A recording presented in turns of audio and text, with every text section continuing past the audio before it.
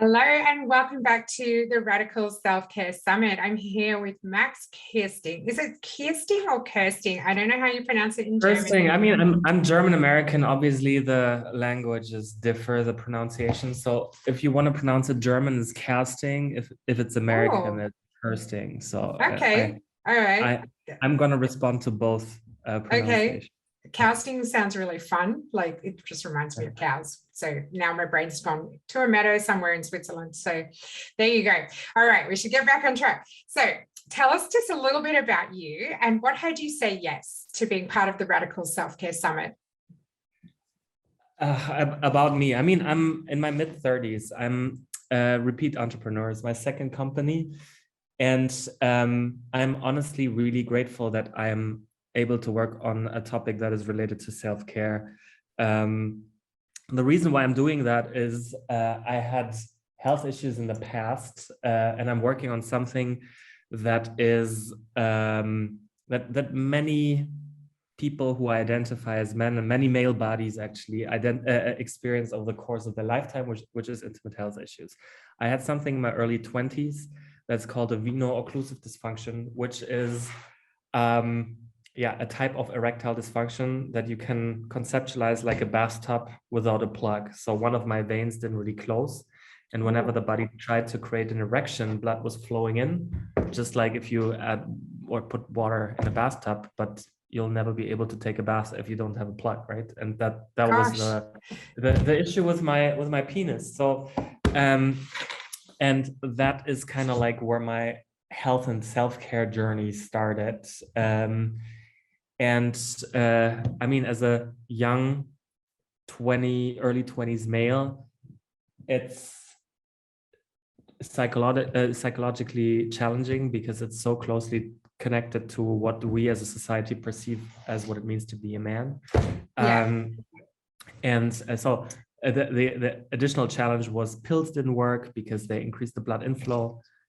I had to try injections, same problem. I went through surgery twice, and ultimately a doctor suggested I should consider an implant, and I didn't want to do that. So I started to go on my own journey and then found two doctors who helped me along the way to really create a program that is the inspiration for what I'm doing professionally today. It took me over 2 years, but I mean, it's not scientific to say that, but I actually fixed my erection. I was able to overcome my problems with a lot of work, a lot of self-care.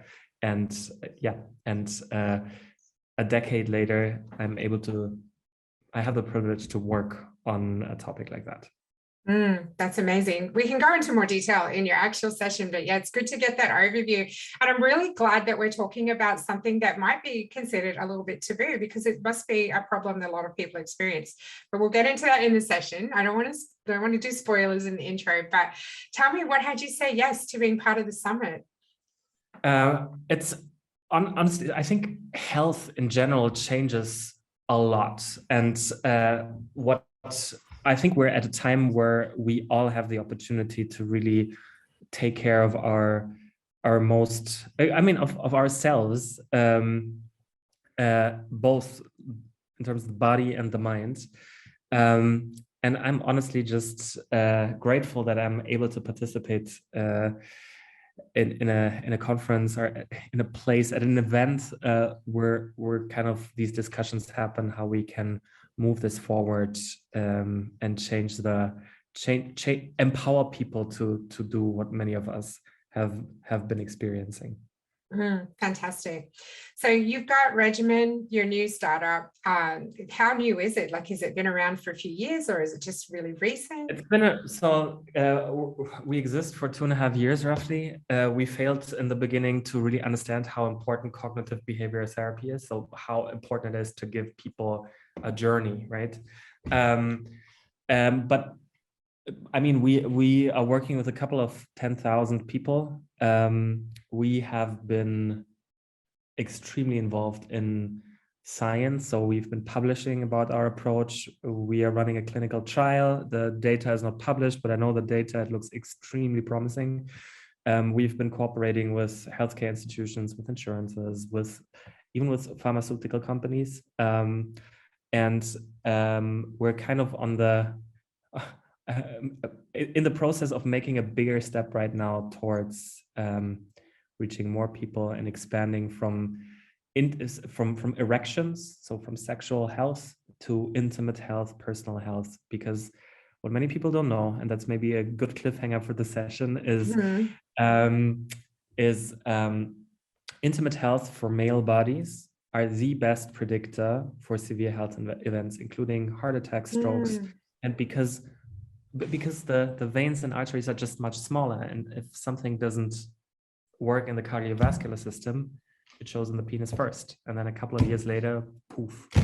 Wow. And we, as a prude society, kind of ignore this amazing opportunity to turn around the health of male bodies through self-care and wellness This strategy. is going to be a juicy session. I cannot wait. So, do you have a big audacious goal? I mean, you've shared that you want to level up the company, which is fantastic. Do you have, what's a big audacious goal you have for yourself? Myself as a person, or as a person? Yes. As a person. I mean, I realize I enjoy building stuff that matters. And that makes a difference in people's lives. I've also worked in other fields before, and that's kind of what I want to do.